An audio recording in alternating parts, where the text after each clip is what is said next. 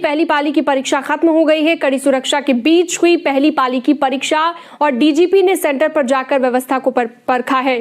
प्रदेश भर में 1164 सेंटर्स पर यह परीक्षा आयोजित की जा रही है, जहां पर कड़ी सुरक्षा के बीच पहली पाली की परीक्षा शुरू हुई और ये आपको बता दें कि 10 बजे से शुरुआत हुई, 12 बजे तक ये परीक्षा हुई। पहली पाली की परीक्षा खत्म हो गई है। अब दूसरी पाली की परीक्षा 3 बजे से लेकर 5 बजे तक होगी। तो कड़ी सुरक्षा के बीच पहली पाली की परीक्षा खत्म हो गई है। प्रदेश भर में 1164 सेंटर पर परीक्षा हुई। डीजीपी ने सेंटर पर जाकर परखी है व्यवस्था। 67 जिलों में अलग अलग जगहों पर परीक्षा केंद्र बनाए गए हैं। पहली पाली की जो परीक्षा है वो खत्म हो गई है। कड़ी सुरक्षा के बीच पहली पाली की परीक्षा को संपन्न करवा लिया गया है। तो देख सकते हैं आप, डीजीपी भी खुद जायजा लेने के लिए बीच बीच में जो परीक्षा केंद्र है उनका जायजा लेते हुए नजर आए और खुद अधिकारी पहुंचे। हमारे साथ तमाम सहयोगी जुड़ गए अलग अलग जगहों से। मेरठ से उमेश श्रीवास्तव, लखनऊ से ऋषभमणि त्रिपाठी और अमेठी से पप्पू पांडे भी हमारे साथ जुड़ गए। सबसे पहले राजधानी लखनऊ का रुख करते हैं। ऋषभमणि त्रिपाठी, परीक्षा खत्म हो गई है। अभी इस वक्त छात्र बाहर निकलने वाले होंगे परीक्षा देने के बाद। थोड़ी ही देर के बाद 12 बजे खत्म हो जाएगी परीक्षा। किस तरह की हलचल इस वक्त परीक्षा केंद्र के बाहर? देखिए, अभी बस किसी भी क्षण वो परीक्षा खत्म हो सकती है, परीक्षार्थी बाहर निकल सकते हैं। हालांकि पुलिस भर्ती की बोर्ड की ओर से 5 मिनट का एक्स्ट्रा टाइम दिया गया है सभी अभ्यर्थियों को, तो शायद उस वजह से 5 मिनट और देर होगी। 12:05 के बाद ही उसके बाद ही अभ्यर्थियों का निकलना शुरू होगा। और जैसा डीजीपी भी गए थे, उन्होंने 2 सेंटर्स का खुद निरीक्षण किया है। अभी पुलिस कमिश्नर यहाँ से आके गए हैं और उन सभी का यही कहना है कि कुछ अफवाह फैलाने वाले जो टेलीग्राम चैनल्स हैं उनके खिलाफ FIR दर्ज की है। समाजवादी पार्टी में मंत्री रहे यासर शाह का भी उस FIR में नाम शामिल है। वो कुछ असत्य फैला रहे थे, झूठ बातें फैला रहे थे, अपमानजनक वो टिप्पणी कर रहे थे, सरकार की छवि धूमिल करने की कोशिश कर रहे थे, लिहाजा उनको भी उसमें आरोपी बनाया गया है।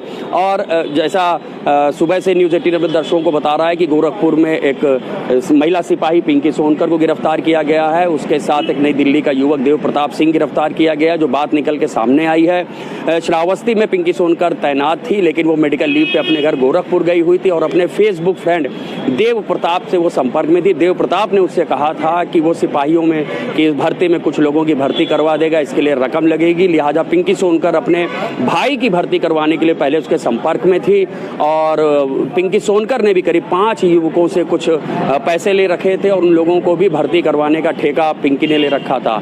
लेकिन गोरखपुर पुलिस और STF ने सही समय पर खुलासा किया है। पिंकी सोनकर और देव प्रताप दोनों गिरफ्तार कर लिए गए हैं। करीब 50,000 रुपए नगद बरामद हुए हैं। पिंकी के मोबाइल से करीब 5 अभ्यर्थियों की डिटेल बरामद हुई है। तो ये वो अभ्यर्थी हैं जो परीक्षा गलत तरीके से पास करना चाहते। महिला सिपाही को गिरफ्तार कर लिया गया है। कि इतनी तगड़ी सुरक्षा व्यवस्था के बावजूद भी आप समझ सकते हैं कि इंसॉल्वर्स जो हैं या फिर जो इस तरह का काम करते हैं उनके हौसले कितने बुलंद हैं कि इतनी सुरक्षा व्यवस्था के बीच भी वो इस तरह की बातें कर रहे हैं। हालांकि आज जो हमने देखी सुरक्षा व्यवस्था वो आज से पहले कभी नहीं देखी थी। यानी पूरी कोशिश की जा रही है कि बिल्कुल फेयर तरीके से परीक्षा करवाई जाए।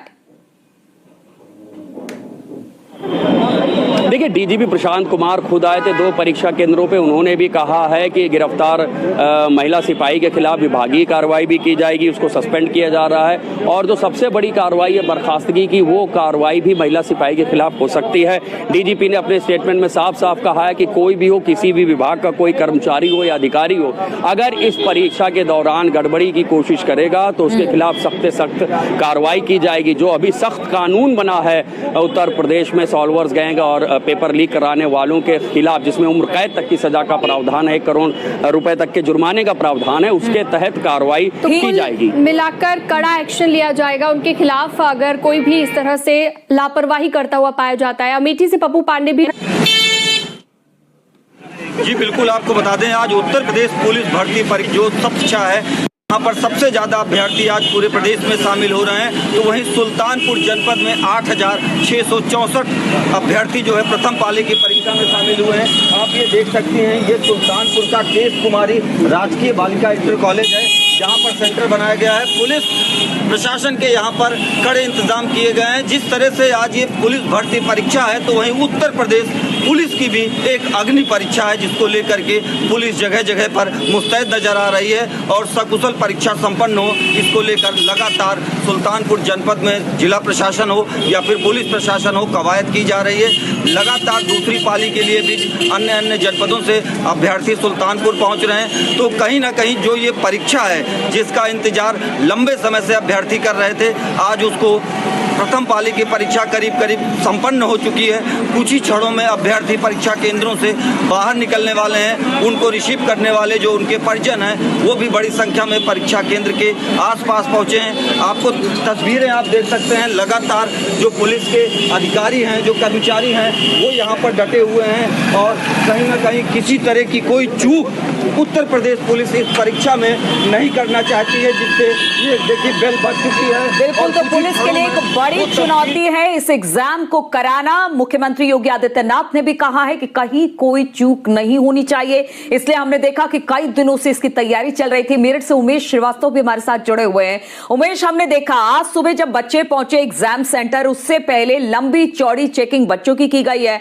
एक पूरा महकमा तैनात था कि